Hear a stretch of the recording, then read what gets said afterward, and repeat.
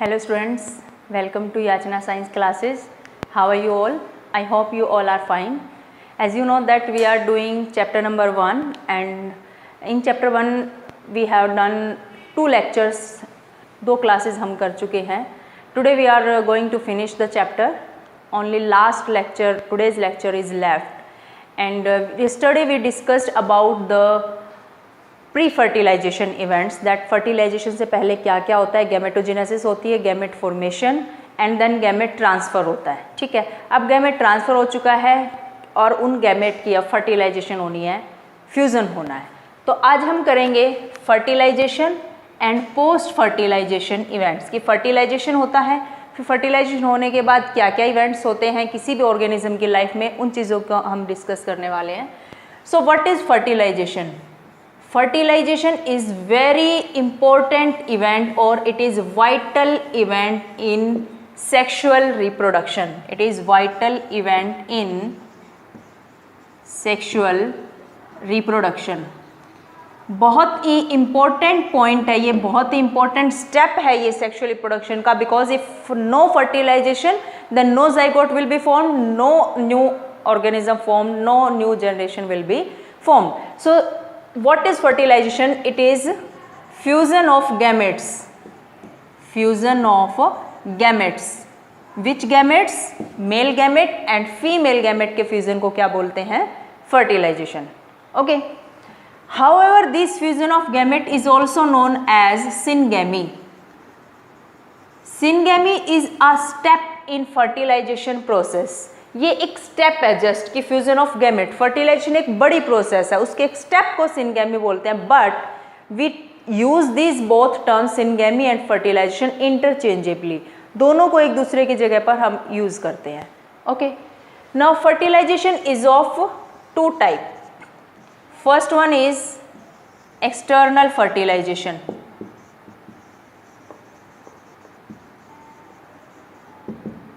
Clear? Second is internal fertilization.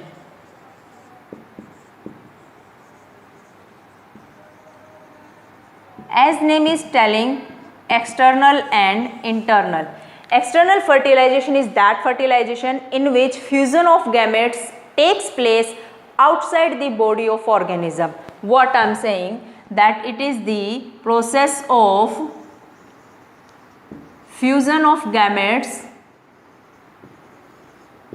Fusion of gametes outside the body of organism. Organism की body के बाहर, specifically female body के बाहर अगर फ्यूजन होता है गैमेट्स का तो वो एक्सटर्नल फर्टिलाइजेशन है. इसमें एग्जाम्पल किसका आता है? Many algae and fungi. बहुत सारी ऐसी एल्गी है, फंजाई है, जिनके अंदर फ्यूजन क्या होता है? फीमेल बॉडी के बाहर या कह लो ऑर्गेनिज्म की बॉडी के बाहर होता है. Okay, internal fertilisation is the process of fusion of gametes. Is the process of fusion of gametes inside the body of organism. Organism की बॉडी के अंदर अगर फर्टिलाइजेशन हो रहा है, स्पेसिफिकली फीमेल बॉडी के अंदर, then it is internal fertilization. It takes place in like bryophytes के अंदर होता है. प्लांट्स की अगर हम बात करें, bryophytes, pteridophytes, okay, gymnosperm, angiosperm, ये तो सभी plants. Okay, if we talk about animals, then it takes place in reptiles, birds, mammals. और वहाँ पर भी हम एक्सटर्नल में भी अगर हम एनिमल की बात करें तो यहाँ पर ये एग्जाम्पल आएगा amphibia and reptilia. Yes, algae, fungi, amphibian and reptilia. So you don't write reptilia here. ठीक है, क्लियर? तो external fertilisation, if fertilization fusion of gametes takes place inside the body of organism, then it is internal fertilization. if takes place outside the body of organism, then it is external fertilization. Now what do you think कि in external fertilization or in internal fertilization, in which case the zygote formed or the baby formed will be more vulnerable to predators? Means किसमें baby को ज़्यादा खतरा हो सकता है, किसमें zygote को ज़्यादा खतरा हो सकता है, ज़्यादा डेंजर हो सकता है, एक्सटर्नल फर्टिलाइजेशन में कि इंटरनल फर्टिलाइजेशन में?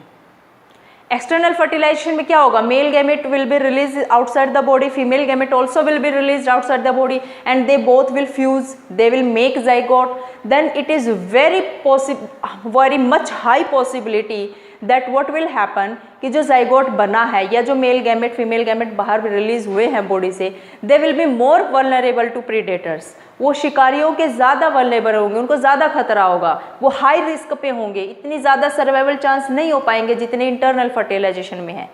क्योंकि अगर बाई चांस जाइगोट बना है, किसी ऑर्गेनिज्म ने उसे खा लिया है या किसी वजह से उसको शॉक लग गया, वाटर पे बह बह के इतने फास्टली फ्लो से वो ऐसे चला गया है कि पता ही नहीं चल रहा कि जाइगोट बना भी था या नहीं. ओके तो एक्सटर्नल फर्टिलाइजेशन में there is very high chance, very you write here very low chances of survival of zygote. पहली बात तो मेल गैमेट या फीमेल गैमेट जो भी गैमेट्स होंगे वो बहुत ज़्यादा लार्ज नंबर में प्रोडक्शन करना पड़ेगा इन एक्सटर्नल फर्टिलाइजेशन, क्योंकि पता नहीं आप बाहर जाने के बाद वो फ्यूजन हो पाएगा कि नहीं. By chance factor is involve ना, by chance they will fuse और नॉट. ठीक है, सबसे पहले तो गैमेट्स ही ज़्यादा रिलीज करने पड़ेंगे, उसके बाद जाइगोट बनेगा तो it will be very low chances of survival, it will be vulnerable to predators. You can write here zygote will be vulnerable means high risk to predators, बहुत हाई रिस्क पे होगा कि प्रीडेटर उसको attack कर सकते हैं. Clear? So these are two types of fertilization, external fertilization and internal fertilization. Now one more thing is there कि it is not always कि दोनों गैमेट की फ्यूजन होगी तभी जाइगोट बनेगा. ऐसा भी हो सकता है कि अकेला एक गैमेट नया ऑर्गेनिज्म बना दे. Is it not interesting कि अकेला एक गैमेट नया ऑर्गेनिज्म कैसे बना देगा? हम तो बात कर रहे हैं सेक्सुअल प्रोडक्शन में कि दो gamete will fuse and they will make new zygote, new organism will be formed, but there is a chance in which single gamete is responsible to form a new organism. That process is parthenogenesis. It is parthenogenesis. Parthenogenesis is the formation of organism.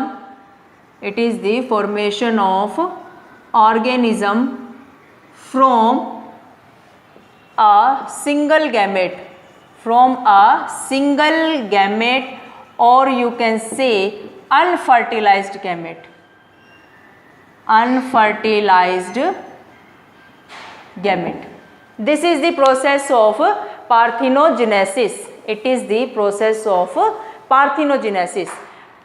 इसमें example कुछ rotifers हैं ऐसे जिनके अंदर parthenogenesis होती है. Honey bee is there, here parthenogenesis occur. And one more example, some birds like turkey, it is also there in which parthenogenesis process occur. सबसे famous example है हनी बी का. हम इसी में बात करेंगे कि पार्थिनोजेनेसिस होती कैसे है. सी, हनी बी तीन होती हैं, तीन तरह की हनी बी होती है. कोई भी बीहाइव होगा, किसी भी छत्ते में तुम देखोगे तीन तरह की हनी बी होती है. एक होती है क्वीन बी, एक होती है वर्कर बी और एक होता है drone. Queen bee is two and diploid होती है, worker bee also diploid, drone is haploid. Okay, queen bee और वर्कर दोनों फीमेल होते हैं, ड्रोन मेल होता है. ओके, क्वीन बी जो होती है it is fertile female, fertile female. Worker is sterile female which can't increase its generation. Drone is male. Drone तो मेल है, हैप्लॉयड है, सिंगल सेट ऑफ क्रोमोसोम है. वर्कर भी जो है स्टीराइल फीमेल है जो अपनी जनरेशन आगे नहीं बढ़ा सकती, वो स्टीराइल होती है. diploid. Queen bee is fertile female which can increase its generation, which can give birth to baby. Diploid. ठीक है, सपोज ये जो है हमारे पास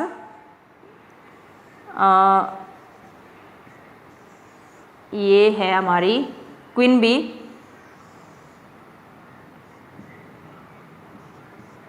ठीक है, ये क्वीन बी है, इसके पास यहाँ पर एग है, ठीक है। जब ये क्वीन बी उड़ रही होती है, इसके पीछे पीछे बहुत सारे ड्रोन आते हैं, ये अपने बीहाइव से निकलती है and it take a flight, इसको बोलते हैं नप्चियल फ्लाइट। नप्चियल फ्लाइट करती है। नप्चियल फ्लाइट मीन्स इसको ये इसलिए उड़ान भरती है कि इसको स्पम मिल जाए, ठीक है। बहुत सारे ड्रोन इसके पीछे पीछे उड़ते जाते हैं, कोई एक ड्रोन सक्सेसफुल होता है टू ले स्पम इनसाइड इट्स बॉडी, इसकी बॉडी में स्पम रिलीज करने के लिए। तो बाकी के साथ क्या होता है, बाकी उड़ के वापस जाते हैं बिहाइव में जाने के लिए, तो वर्कर भी उनको एंट्री नहीं देते, उनके साथ बहुत बुरा होता है, ना तो वो स्पम लेकर पाए उसकी बॉडी में, ना ही वापस अपने घर को जा पाए। इस ड्रोन के साथ क्या होता है, जो इसके अंदर स्पम लेकर देता है, इस ड्रोन को धक्का मारती है कि अब तुम्हारा काम खत्म, तुम जाओ, ठीक है, तो वो ड्रोन वहीं मर जाता है। इसको स्पम मिल गए हैं, एग इसके पास ऑलरेडी थे, दीज आर एग्स, एंड यहाँ पर इसको स्पम मिल गए हैं। After fusion of egg and sperm what happen, diploid condition is there, female is formed. जब तक इसके पास स्पर्म स्टोर रहते हैं, एग स्टोर रहते हैं, ये फीमेल बनाती रहती है। एक कंडीशन आती है जब इसके पास स्पर्म खत्म हो जाते हैं, only egg are left, from egg unfertilised egg drone are formed, haploid condition, single egg, ठीक है। तो ये प्रोसेस है जिसको पार्थिनोजेनेसिस बोला जाता है, कि formation of organism from single gamete और unfertilised gamete is called parthenogenesis. Is there any doubt? I hope it is clear. So ये तो हुआ फर्टिलाइजेशन, कि फर्टिलाइजेशन में क्या क्या स्टेप होते हैं। क्या क्या स्टेप है फर्टिलाइजेशन में? जस्ट फ्यूजन ऑफ गैमेट्स है, and after fusion of gametes zygote is formed. Okay, now post fertilisation events. Post fertilisation events, fertilisation होने के बाद दो चीजें होती हैं, one is zygote is formed, second things embryogenesis, embryogenesis. Okay, two events happen after post fertilization, one is zygote formed, second is embryogenesis. Now see, external fertilization में zygote external medium में बनेगा, internal fertilization में zygote inside the body बनेगा, ठीक है। तो zygote अब जब बन जाता है, उसके बाद जाइगोट को क्या करना है, ये डिपेंड करता है उस ऑर्गेनिज्म के लाइफ साइकिल पे। Like in fungi and algae, बहुत सारी ऐसी फंजाई हैं एंड एल्गी हैं जिसमें जाइगोट एक रेस्टिंग स्टेज में जाता है, it goes to resting stage. Means resting stage में जाने के लिए what it will do, it will have covering of, it will have hard covering, it will have hard covering to prevent itself from desiccation, किसी type की desiccation ना हो, and damage, damage से बचने के लिए जाइगोट अपने आप को एक हार्ड कवरिंग कर लेता है बिफोर इट जर्मिनेट, जब तक कि वो जर्मिनेट नहीं होता है, वो डेसिकेशन से बचने के लिए, डैमेज से बचने के लिए उसके चारों तरफ एक हार्ड कवरिंग होती है। किसके चारों तरफ? Zygote. When favourable condition are there then it start germinate and make new generation, new young one. Clear? It happens in some fungi and in algae, but in some organism zygote directly go for that cell divisions directly go for development and make new organism. Clear? Actually zygote is a vital link, it is a vital link between two generation, दो generation के बीच का एक बहुत ही important, बहुत ही जरूरी link है। If zygote is not there then next generation will not be there. Clear? Next thing is embryogenesis. Embryogenesis means formation of embryo, formation of embryo from what, zygote बन गया है। अब zygote के अंदर बहुत सारी divisions होंगी, it will undergo cell division, cell differentiation and then it will form embryo. See, zygote undergo cell division, इसमें cell division होगी। What will happen in cell division? Mitosis will be there and in mitosis what happen? 1 से 2 cell, 2 से 4, 4 से 8, 8 से 16, 16 से 32, like that. Continuously division of cell will be there, number of cell will increase, number of cell will increase. Then it will go to cell differentiation. अब इसमें क्या होगा? Cell differentiation. Differentiation means it will form tissue, organ, specialized tissue बनेंगे, specialized organ बनेंगे, they will get their special function, उनको अपना काम मिल जाएगा, ठीक है। This thing happen in zygote. After formation of zygote, then it will form embryo. On the basis of development of zygote, I'll rough this thing, उसको इधर explain करती हूँ मैं।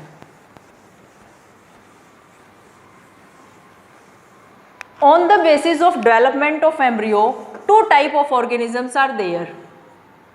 कौन कौन से? Oviparous animals. If you talk about animals, ना, two type of animals.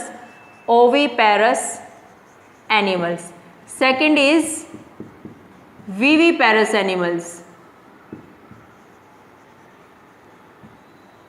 Viviparous animals, ठीक है। तुमने लोअर क्लास में बहुत पढ़ा है ओविपेरस एनिमल्स, विविपेरस एनिमल्स क्या होते हैं। देखो, oviparous animals are those animals which lay eggs, जो एग ले करते हैं। Viviparous are those animals which give birth to young ones, जो अपने यंग वन को बर्थ देते हैं, वो विविपेरस होते हैं। सी, विच ले एग्स, जो एग ले करते हैं। These eggs have calcareous shell,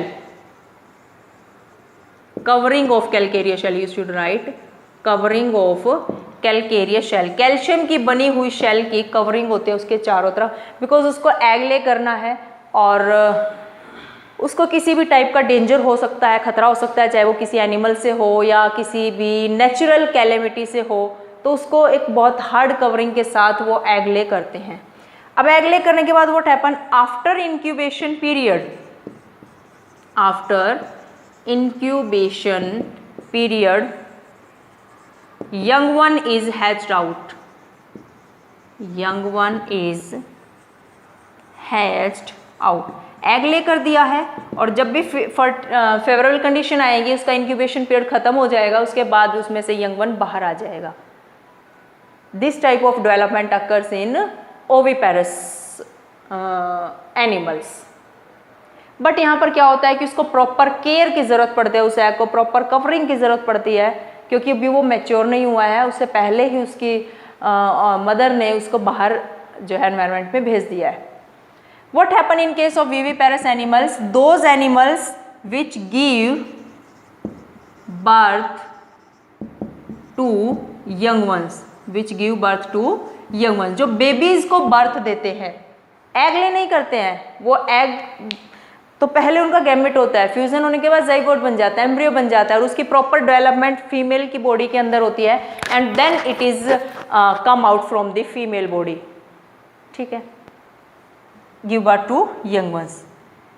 now see one thing, किस कंडीशन में सर्वाइवल चांस बेटर होंगे ऑर्गेनिज्म के, ओविपेरस एनिमल में कि विविपेरस एनिमल में?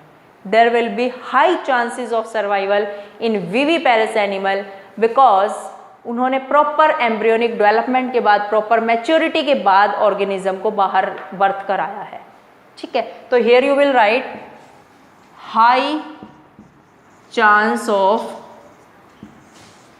survival of young ones।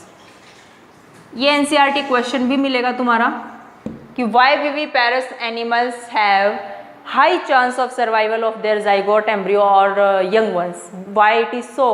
Because यहाँ पर वो एग ले कर रहे हैं, प्रॉपर एम्ब्रियो की डेवलपमेंट नहीं है, मैच्योरेशन हुई है, यहाँ पर प्रॉपर मैच्योरेशन होने के बाद वो बेबी को बर्थ दे रहे हैं, तो हाई चांस ऑफ सर्वाइवल होंगे, उनकी किसी टाइप के कोई डेंजर नहीं होगा। This happens in case of animals. Okay, now let's talk about some plants and then our topic will be और chapter will be over. See what happen in case of plants. Plants में zygote बन गया है, zygote is formed inside ovule. Zygote किस में बनता है? Ovule में। Now some terms will be there जो तुम्हें थोड़ी न्यू लगेंगी, इट्स ओके। इस चैप्टर में जस्ट इंट्रोडक्शन हमें करना है। सेकेंड चैप्टर में we will discuss about the plants reproduction in very detail, ठीक है। अभी के लिए जस्ट तुम इंट्रोडक्शन समझो। Zygote develop inside ovule, ovule form